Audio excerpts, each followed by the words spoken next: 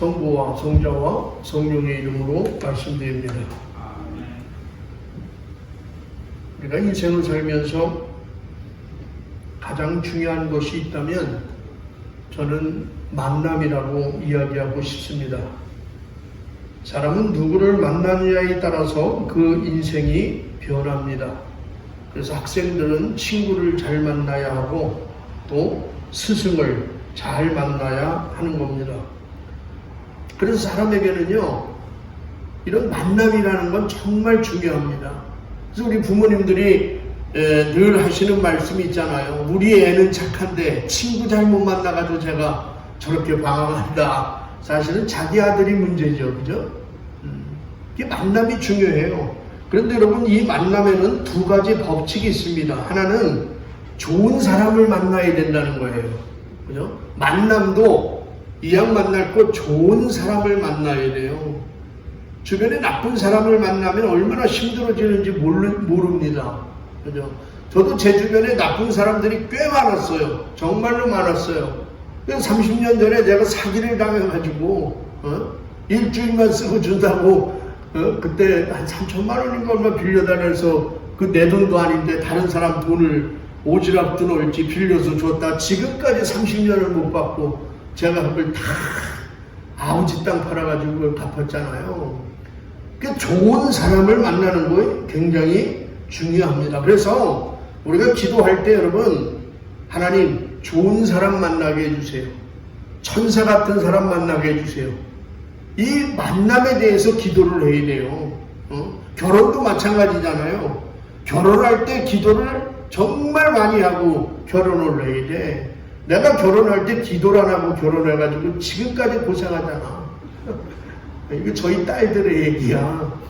다른 건 몰라도 하여튼 결혼할 때 기도를 많이 하고 결혼을 해야 되는데 이게 눈에 콩깍풀 껴가지고 그렇게 멋있어 보이니 그냥 결혼하는 거죠. 그리고 또 한 가지는 내가 좋은 사람으로 다른 사람을 만나 주어야 한다는 거예요. 나도 좋은 사람을 만나야 되지만 또 내가 다른 사람에게 좋은 사람이 돼야 돼요. 그래서 상대로 하여금 유익함을 줘야 되고 좋은 길잡이가 되어주는 그런 삶을 우리가 살아야 되는 것입니다. 다니엘서에 보면 많은 사람을 옳은 길로 이끌어준 사람은 하늘의 별처럼 빛날 것이다 라고 말씀하고 있어요. 그러니까 우리가 좋은 사람이 되어서 다른 사람들을 좋은 길로 선한 영향력을 줘서 이끄는 것은 정말 하나님 앞에 복받을 일이죠. 이 두 가지가 만남의 법칙입니다. 그렇습니다. 사람은 누구를 만나느냐가 정말로 중요해요. 어떤 친구, 어떤 스승, 어떤 책, 어떤 직업, 어떤 지도자, 어떤 교회, 교회도 잘 만나야 됩니다, 여러분. 그래야 거기에 따라서 인생은 성공할 수도 있고 실패할 수도 있고 행복해질 수도 있고 불행해질 수도 있는 것입니다. 그런데 인생에서 가장 중요하고 가장 위대한 만남은 누구를 만나는 걸까? 바로 예수 그리스도를 만나는 거예요. 아무리 좋은 사람 많이 만나도 그 사람이 내 인생을, 내 생명을 구원해 줄 자는 없잖아요. 그죠? 여러분, 누구를 만나야 돼요? 예수를 만나는 것이요, 인생에 완전히 우리의 인생을 전환시킬 수 있는 혁명적 사건입니다. 오늘 우리가 읽은 본문은 세례 요한과 그의 제자 안드레와 사도 요한이 바로 예수님을 만나는 장면입니다. 오늘 저와 여러분도 이 예배를 통해서 말씀 가운데 정말 예수님을 만나고 돌아갈 수 있는 귀한 시간이 되시기를 축복합니다. 먼저 오늘 본문 31절 말씀을 보면 요한이 이렇게 이야기합니다. 나도 이분이 누구신지 몰랐다 이래요. 세례 요한이 예수님을 보고 나도 이분이 누군지 몰랐다 이렇게 얘기해요.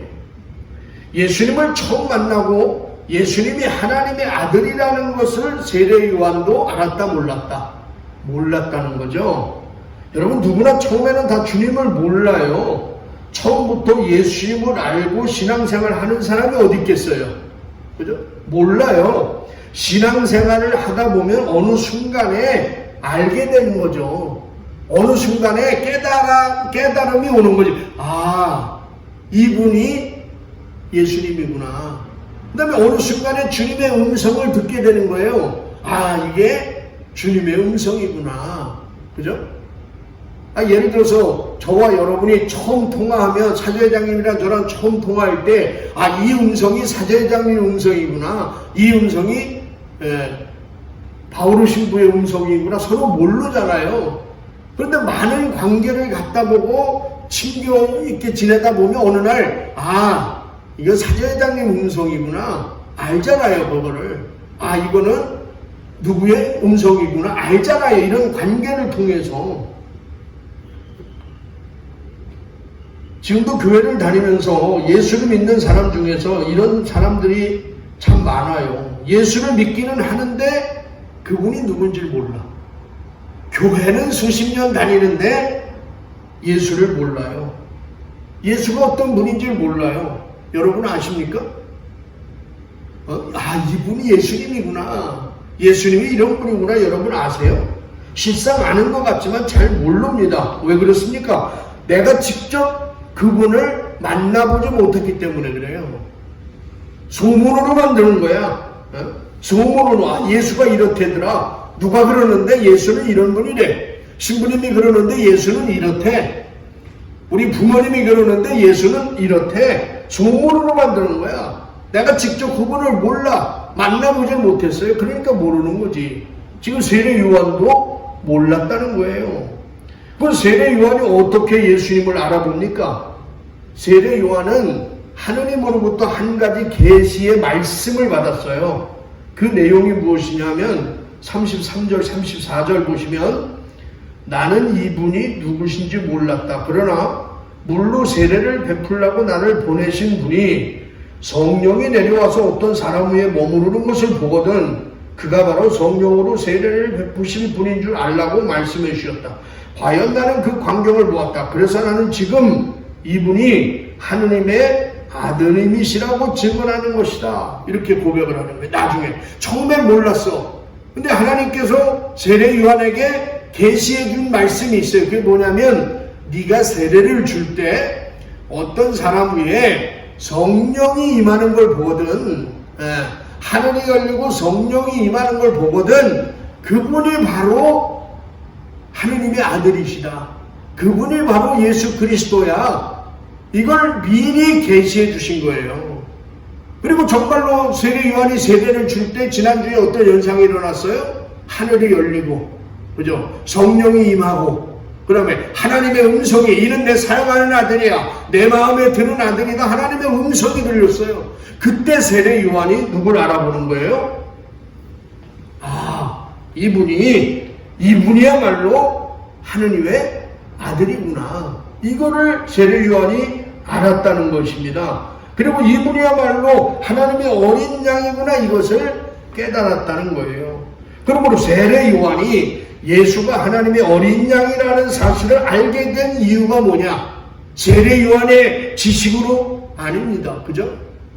지식으로 아는 게 아니에요. 세례 요한의 개인적 경험으로? 아닙니다. 하나님께서 나타내 보이셔서 한 거예요.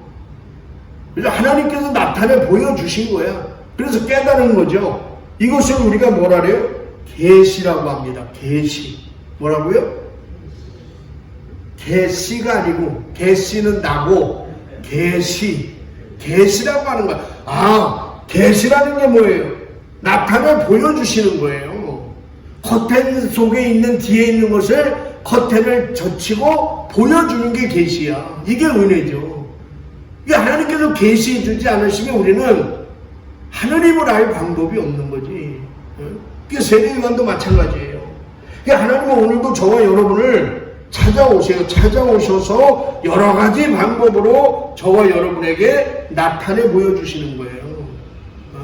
예를 들어 어떤 때는 꿈을 통해서, 여러분 꿈을 통해서 하나님께서 계시해 주실 때가 많거든요. 이게 꿈도 여러분 뭐 다 개꿈이 아니야. 꿈도 개꿈이 있지만 하나님이 꾸어지게 하는 꿈이 있어요. 그게 야곱의 꿈 같은 거잖아요. 야곱이 광야에서, 그죠? 돌베개 메고 잠자다가 천사의 오르락내락거리는 그걸 보잖아. 그거는 야곱의 꿈이 아니라 하나님이 꾸어준 꿈이거든. 꾸게 해준 꿈이야.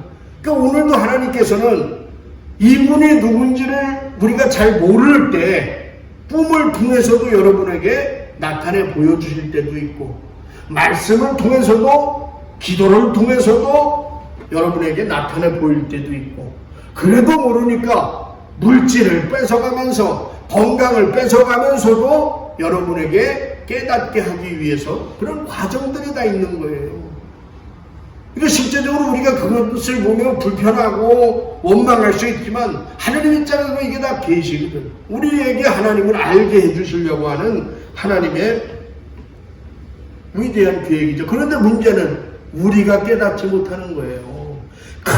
꿈을 꾸게 했는데도 몰라. 아침에 일어나면 이게 개꿈이구나. 그 사인을 몰라요. 사인을. 세례를 베푸면서 요한은 예수가 누군지 분명히 알게 되었습니다. 그리고 이제 이렇게 외쳐요. 36절 말씀 보면 마침 예수께서 걸어가시는 것을 보고 하나님의 어린 양이 저기 가신다 하고 말하였다. 하나님의 어린 양이 저기 가신다. 하나님의 어린 양. 여러분, 세례 요한은 왜 예수님을 보자마자 저분이 하나님의 아들인 걸 이제 알았어요. 그 다음 당대 예수가 지나가는 걸 보고 세례 요한은 보라, 세상의 죄를 지고 가는 하나님의 어린 양이 저기 가신다라고 외쳤을까? 왜 하나님의 어린 양이라고 얘기했을까요? 우리도 늘 여러분 이 고백을 해요. 그죠? 이거 언제 고백하는지 혹시 아세요? 처음 들어보시나? 오늘도 이따 고백할 거예요, 여러분. 근데 우리는 이거 그냥 아무 의미 없이 해요. 언제 해요? 옛날에 이걸 고향경이라고 했지. 하나님의 어린 양, 세상의 죄를 없애시는 주여, 우리를 불쌍히 여기소서. 이따 영성제 전에 이게 고향경 할 거잖아요. 그죠? 하나님의 어린 양, 세상의 죄를 없애시는 주여, 우리를 불쌍히 여기소서. 이따 이 고향경 고백할 때 의미를 담아서 한번 해보세요. 우리도 매번 이 고백을 합니다. 우리는 그걸 세례 요한이 왜 그런데 예수님 지나가는 걸 보고 하나님의 어린 양이 저기 가신다라고 이야기를 했을까? 그 의미를 좀 알고 넘어갔으면 좋겠어요. 우리가 이걸 이해하기 위해서 구약 레위기 16장의 말씀을 먼저 이해해야 합니다. 여러분 집에 가서 레위기 16장 한번 보세요. 이스라엘 백성들은 1년에 한 번씩 대속죄제일이 있어요. 이것도 하나님께서 주신 은혜야. 다른 백성은 없잖아요. 근데 이스라엘 백성만 1년 동안 죄 지은 거를 하나님께서 용서하시기 위해서 정한 날이 있어요. 그것이 대속죄일이에요. 이게 언제 하는 거냐면 아무 때나 뭐 하고 싶을 때 하는 게 아니라 7월 10일 날 하는 거예요. 7월 10일 날. 이때가 대속죄제일이래요. 그러니까 1년 동안 지은 모든 죄를 용서받는 제사를 드리는 날이야. 언제? 7월 10일 날. 7월 9일 날 해도 안 돼. 11일 날 해도 안 돼요. 왜? 하나님이 10일 날 하라 그랬어. 자, 그래서 이날 대제사장은 이 대속죄일이 되면 2마리 염소를 준비합니다. 거룩한 염소를 준비해요. 그리고 준비된 이 2마리 염소를 넣고 제비를 뽑습니다. 제비를 뽑아요. 그리고 한 마리는 하느님을 위한 제물로 드리고 다른 하나는 아자젤 염소로 구별을 합니다. 그래서 하나님을 위한 제물로 뽑힌 염소는 속죄제의 제물로 하나님께 드려져요. 닭을 뜨고 잡아서 하늘 앞에 제단에서 바치죠. 그러나 아자젤 염소로 뽑힌 것은 산채로 광야로 내보내집니다. 대제사장은 먼저 하나님을 위한 제물로 뽑힌 염소를 잡아서 속죄제의 생을 드리고 그 다음에 아자젤로 뽑힌 염소에게로 가서 그 염소의 머리에 손을 얹고 안수를 해요. 안수를 합니다. 이 안수에는 근데 특별한 의미가 있는 거예요. 이 아자젤 염소의 대제사장이 머리에 손을 얹고 안수를 하면 1년 동안 이스라엘 백성이 지었던 모든 죄가 이 염소에게 전가되는 거예요. 그죠? 그러니까 대제사장은 그걸 다 이야기하는 거, 우리가 백성이 지었던 죄를 지금 다 고백하는 거예요. 하나님 앞에서. 사제장이 1년 동안 지었던 죄 한번 얘기해 보세요.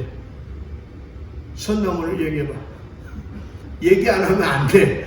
이 죄가 지금 누구한테 계속 전가되는 거야. 아제젤 염소에게 전가가 되는 거야. 눈에는 보이지 않지만 이스라엘 백성의 모든 죄가 일로 전가가 됩니다. 그리고 대제사장은 미리 정결하게 준비시켰던 제사장 가운데 한 사람에게 이 아제젤 염소를 넘겨줘요. 그러면 이 사제는, 제사장은 그 염소를 데리고 광야로 갑니다. 아무도 없는 광야로 가서 이 아제젤 염소를 놓아줍니다. 그러면 이 아제젤 염소는 광야를 떠돌아다니다가 언젠간 죽어요. 광야에서. 그런데 이 염소가 돌아다닐 때 우리의 눈에는 보이지 않지만 여기에 지금 뭐가 얹혀 있는 거야? 이스라엘 백성의 모든 죄가 여기에 있는 거예요. 그죠? 그래서 이 아제젤 염소가 광야를 방황하다가 죽으면 이스라엘 백성의 1년 동안 지었던 죄는 사함받는 거예요.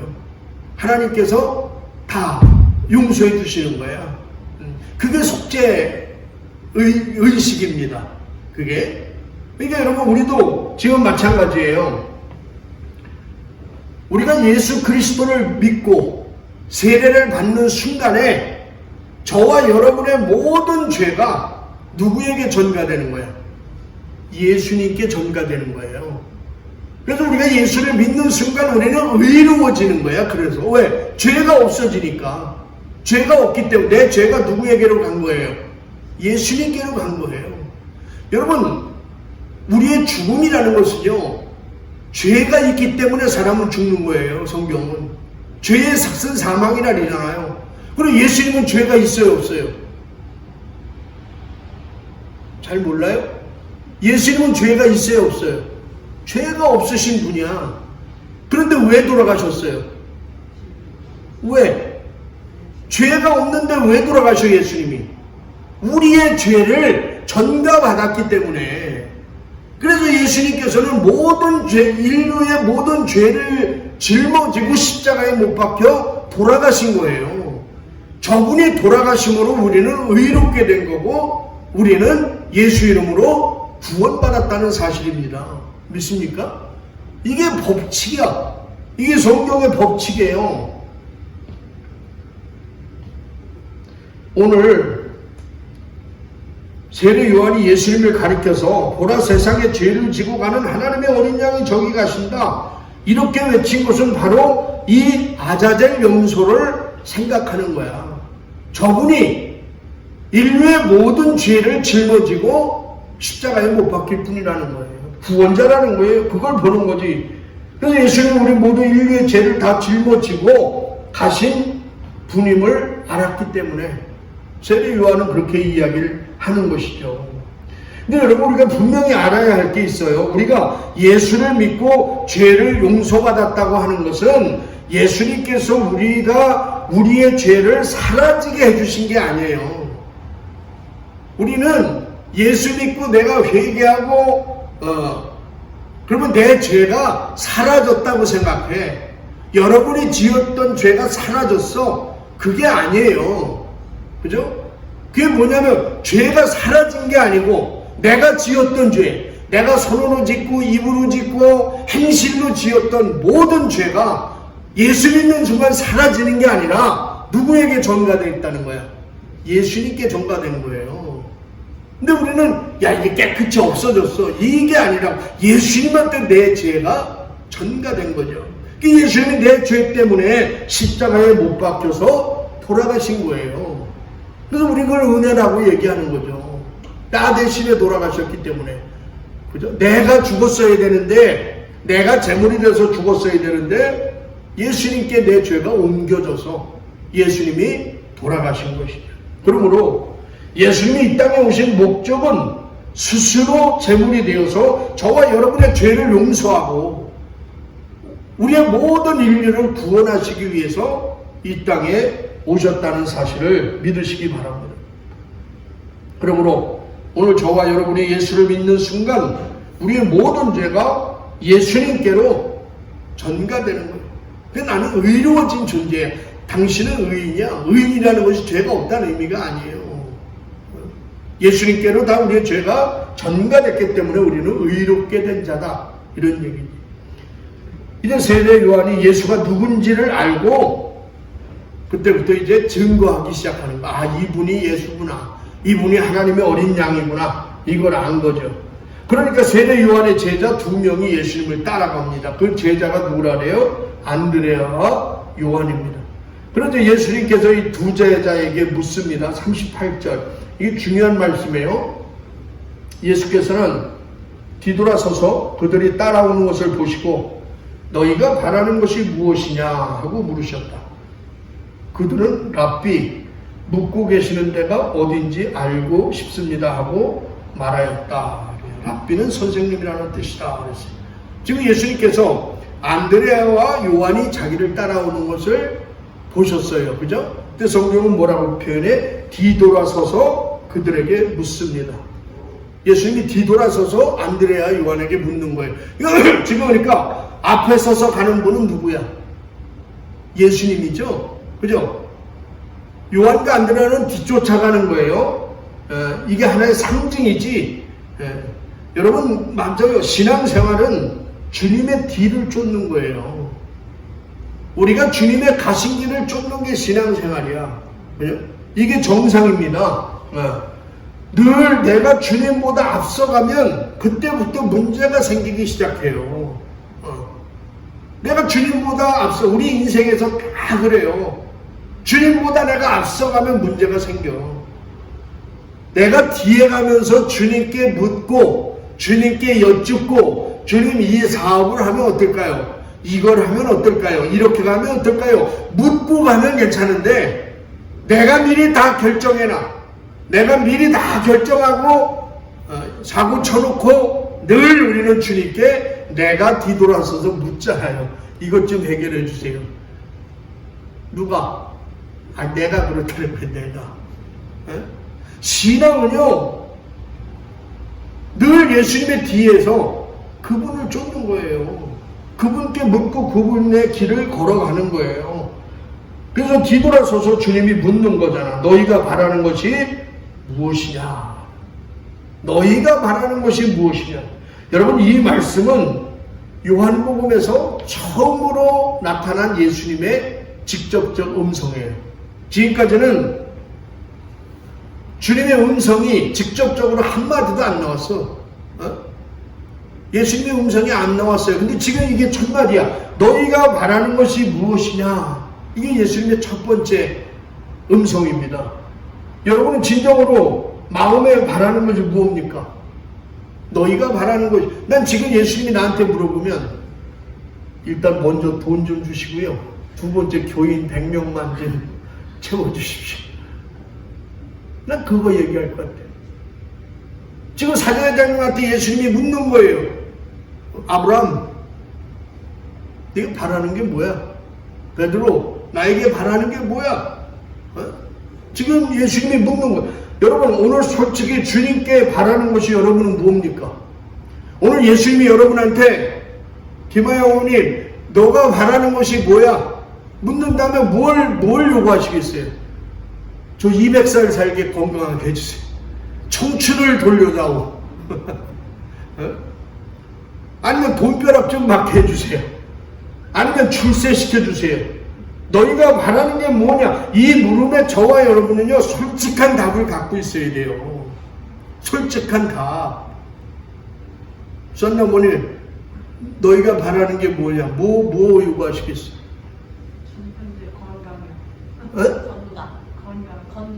건강. 아, 그 정도면 건강하지 뭐 지금 100m 달리기 할 거야 그 연세에. 다이어트, 미모. 여러분 이거에 대한 솔직한 답이 있어야 돼. 근데 제가 물어보면 다 한 100에 80은 뭐라는지 아세요? 우리 교회가 부흥되길 바랍니다. 우리 교회가 아주 새신자로 꽉 차길 바랍니다. 그러면서 전도는 안 해, 자기. 너희가 바라는 것이 무엇이냐? 그런데 오늘 제자들의 답이 뭐예요? 제자들은 뭔가 달라. 뭐라고 얘기해요? 주님과 함께 묵는 것입니다. 뭐라고요? 주님과 함께 묵는 것입니다. 그렇습니다. 이것이 신앙의 본질이고요. 정말 신앙인의 답이야. 우리는 뭐 여기까지 못 갈지라도 이게 정답이에요. 주님과 함께 묵는 겁니다. 여러분, 주님과 함께 하지 않는 돈, 주님과 함께 하지 않는 명예, 주님과 함께 하지 않는 사업은요, 축복이 아니에요. 주님과 함께 하지 않는 기도, 주님과 함께 하지 않는 헌신, 주님과 함께 하지 않는 봉헌, 이런 거 하나님 받지 않으십니다. 그죠? 하나님 안 받으세요. 제가 지난주에 세례 주일 때, 지난주 기억하세요? 세례 받으실 때 예수님이 뭐라 그래? 세례 요한에 내가 하자는 대로 하여라 그랬잖아요. 그죠? 내가 하자는 대로 해. 그래야 하나님의 모든 일이 이루어질 거야. 기억하세요? 너무 감사해. 기억 못해서 자꾸 써먹어도 되잖아. 내가 하자는 대로 하여라. 그래야 하나님의 모든 일이 이루어지는 거야. 그게 예수님 말씀하시는 거예요. 예수님이 하자는 대로 하는 거야. 예수님과 함께 하지 않는 거는요, 신앙의 가장 큰 행복은 비록 가난할지라도 먹을 것이 부족해도 그 안에 주님과 함께 하는 거예요. 이것이 가장 큰 축복인 줄로 믿습니다. 그러므로 오늘 주님께서 이 시간 저와 여러분에게 너희가 바라는 것이 무엇이냐 이렇게 물으신다면 우리도 한치의 주저함도 없이 머뭇거림 없이 저는 평생 주님과 함께 묵는 겁니다. 주님과 함께 살아가는 겁니다. 주님과 함께 동행하는 겁니다. 웬만한 교회에서 이렇게 3번 반복하면 아멘이 커져. 여러분, 이거보다 큰 축복이 어딨어요. 내가 아무리 부유하게 살아도 주님과 함께 하지 않는 삶이라면 그건 불행해요. 주님과 함께 묵고 주님과 함께 동행하고 주님과 함께 살아가는 것, 이것이 우리 인생의 가장 큰 행복이고 축복인 줄로 믿습니다. 그러면 어떻게 하면 주님과 함께 할 수 있느냐? 어떻게 하면 주님과 함께 할 수 있어요?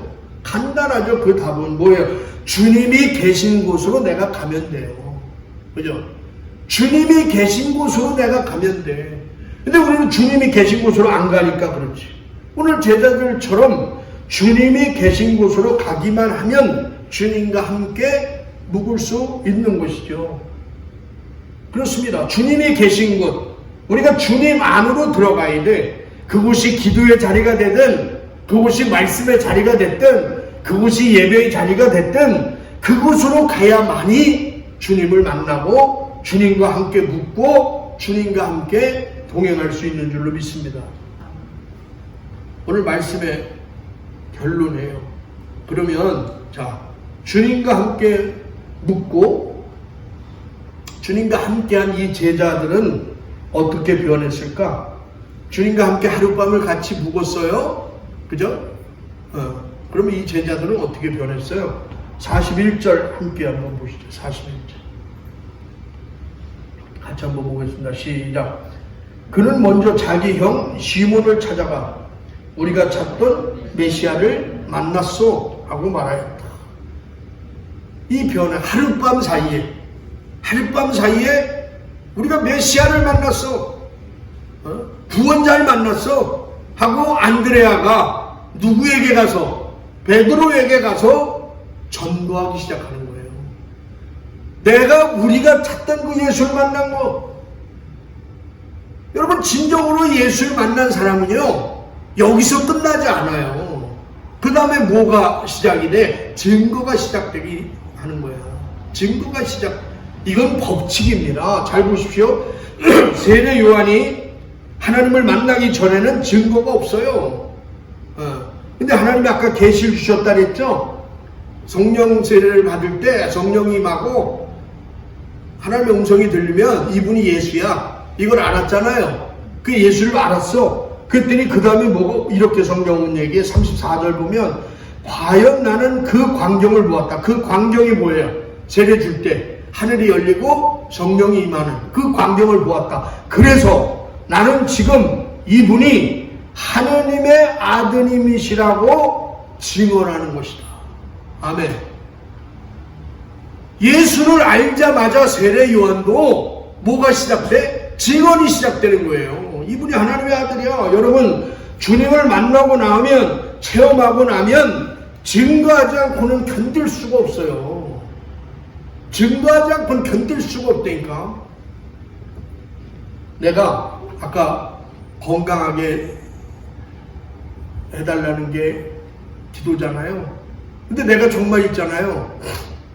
이 몸이 아팠다가 어떤 신약을 만났어. 근데 그걸 먹었더니 좀 깨끗하게 치료가 됐어요. 근데 수한나무님처럼 사제회장님도 똑같은 질병이 있네? 그 얘기를 해주겠어? 안 해주겠어?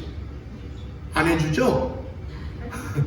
나만 고침받으면 되지. 넌 더 아파야 돼. 안 해주지?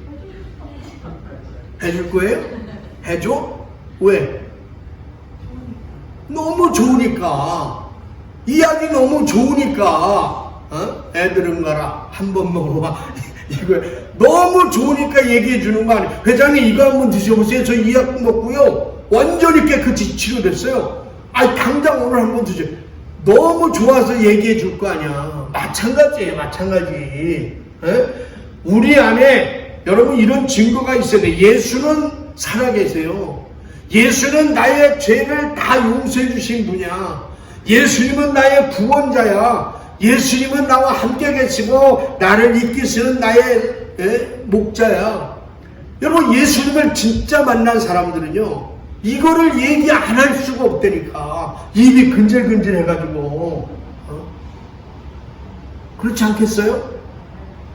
주님을 만나고 내가 변화된 인생을 사는데 어떻게 이 얘기를 안 해?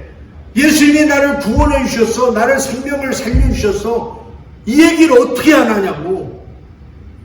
근데 내가 오늘 내 입에서 예수의 이름이 증언이 안 돼요. 그 얘기는 뭐야? 내가 예수를 진짜 만났다 못 만났다. 이건 또 얘기를 안 하네. 내가 진짜 예수를 만났다 못 만났다. 죄송하지만 약간 의심해 봐야 돼요. 예수를 만난 사람은요 어떻게 증거를 안 해? 어떻게 이 얘기를 해? 당신 예수 믿어야 구원받아. 당신 예수 믿어야 천국 가. 이걸 어떻게 얘기를 안 하냐고.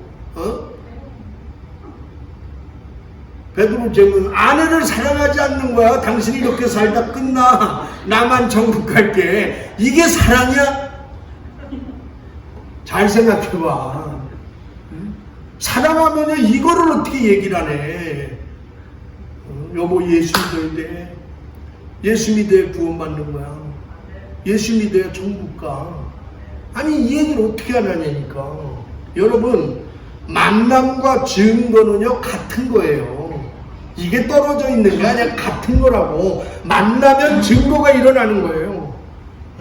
주님이 계신 곳으로 이제 발걸음을 여러분 옮기십시오. 주님과 함께 묵으세요. 주님이 계신 곳으로 내가 가야지. 그래서 예수를 만나고 여러분의 삶을 통해서 주변 사람들은 이분이 하나님의 어린 양이야. 이분이 나를 구원하신 분이야. 이런 증거가 여러분의 입술을 통해서 나타나서 정말로 우리 주변에 외롭고 힘들고 희망이 없는 수많은 사람들에게 새로운 희망을 주고 그 사람들이 나도 다시 한번 이제 새롭게 인생을 살아봐야 되겠다. 이런 좋은 만남을 여러분이 제공해 줄 수 있는 그런 하나가 되시기를 주님의 이름으로 간절히 축원합니다. 성부와 성자와 성령의 이름으로 말씀드렸습니다.